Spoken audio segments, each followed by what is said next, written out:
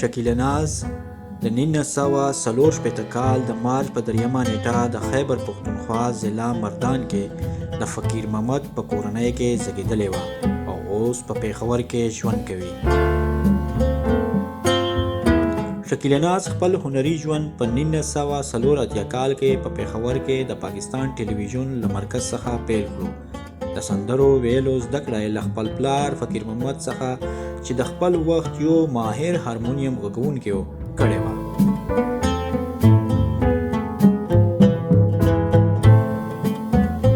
کله چې شکیله ناز د موسیقۍ په نړۍ کې شهرت وموند نو د رفیق شینواري او راحت حسین څخه یې د لیدو او زده کړې فرصت ترلاسه کړو.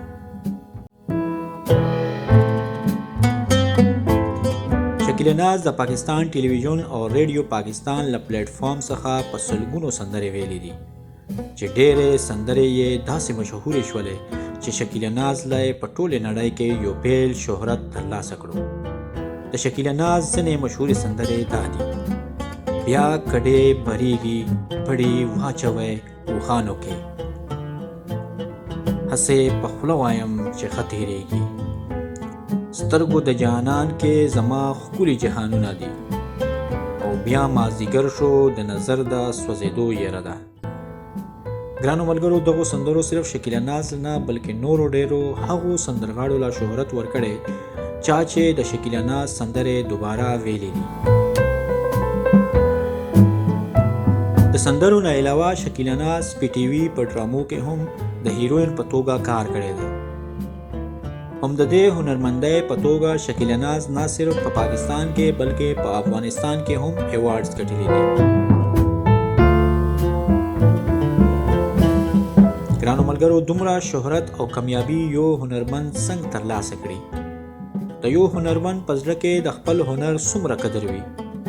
د دغو سوالونو ځوابونه به د شکیله ناز له خولې بیان شوې یوې کیسې نه راواخلو. ملګرو، شکیله ناز د خپل ژوند یوه کیسه صدارنګ بیانوي.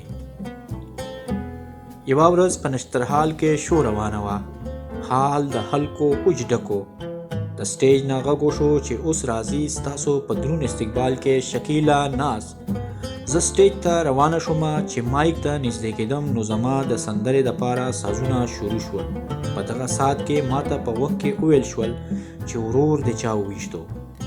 زما خپې په ځمکه کې خښې شوې، خو دغه 2 قدمه فاصله ماته دومره اوږده شوه لکه د صراط په پل چې مایک ته ورتېرېږم. خلک ماته د لاندې نه لاسونه پړکوي، حال کې د خوشحالۍ چغې او شپېلۍ وهل کېږي، خو ما بدنصیبۍ ته دومره هم فرصت نه و چې صرف پوښتنه وکړم چې ورور مې مړ دی او که ژوندی.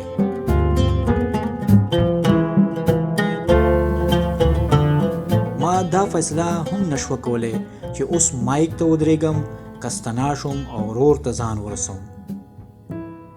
آداب محفل په ځای کول مې تربیت کې شامل و، نو مایک ته د سندرې لپاره ودرېدم.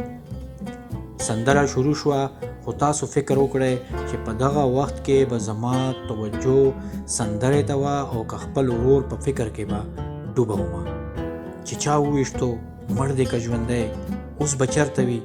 دا هغه ټول سوالونه وو چې د سندرې په وخت کې زما په ذهن کې یرغل جوړ کړی و. اوس په داسې حالت کې به ما څنګه سندره ویلې وې؟ او که سندره مې ویلې نو فطري خبره دا ده چې خپلې اوښکې مې د سندرې په وخت ډېرې هم کنټرول کړی کوې، خو بیا هم په مخ باندې به د غم آثار خامخا ښکاره کېدل. خو هنرمنده ومه نو د محفل آداب مې ډېر مقدم وګڼل. د سندرې تقاضا وه او د خلکو د زړونو خیال ساتلو چې په دغه سخت قیامت خیزه حالت کې هم باید زه د خپلو مینوالو د خوشحالۍ لپاره نه صرف یوازې سندره ووایم بلکې د سندرې ویلو په وخت په خپلو شونډو مسکا هم خورا کړم. په خپله دننه سوځېدمه، خو خلکو له مې خوشحالۍ او خنداګانې ورکولې. او دا یوازې د شکیله ناز نه بلکې د هر هنرمند د ژوند کیسه ده چې خپل غمونه او دردونه په خپلو سازونو او نغمو کې پټوي، خو خپلو مینوالو ته خندا او خوشحالي ورکوي. خو د معاشرې ځینې خلک بیا هم هنرمند ته د دې په بدل کې څه ورکوي. دا سوچ او انصاف په تاسو. د سندرې له وړاندې پته ولګېده راته چې ورور مې چا ویشتلی دی خو زخمی و او هسپتال کې دی. علاج نه پس بیا الله تعالی ژوند ورکړو. ځینې خلکو خپل ځان سوچ په مطابق راته وویل چې د خلکو زړونو ساتل نو پکار بلکې خپل غم به دې ژړلی وی. یو طرف ته د ورور په وینو کې لت پت او بل طرف ته تا سندرې ویلې.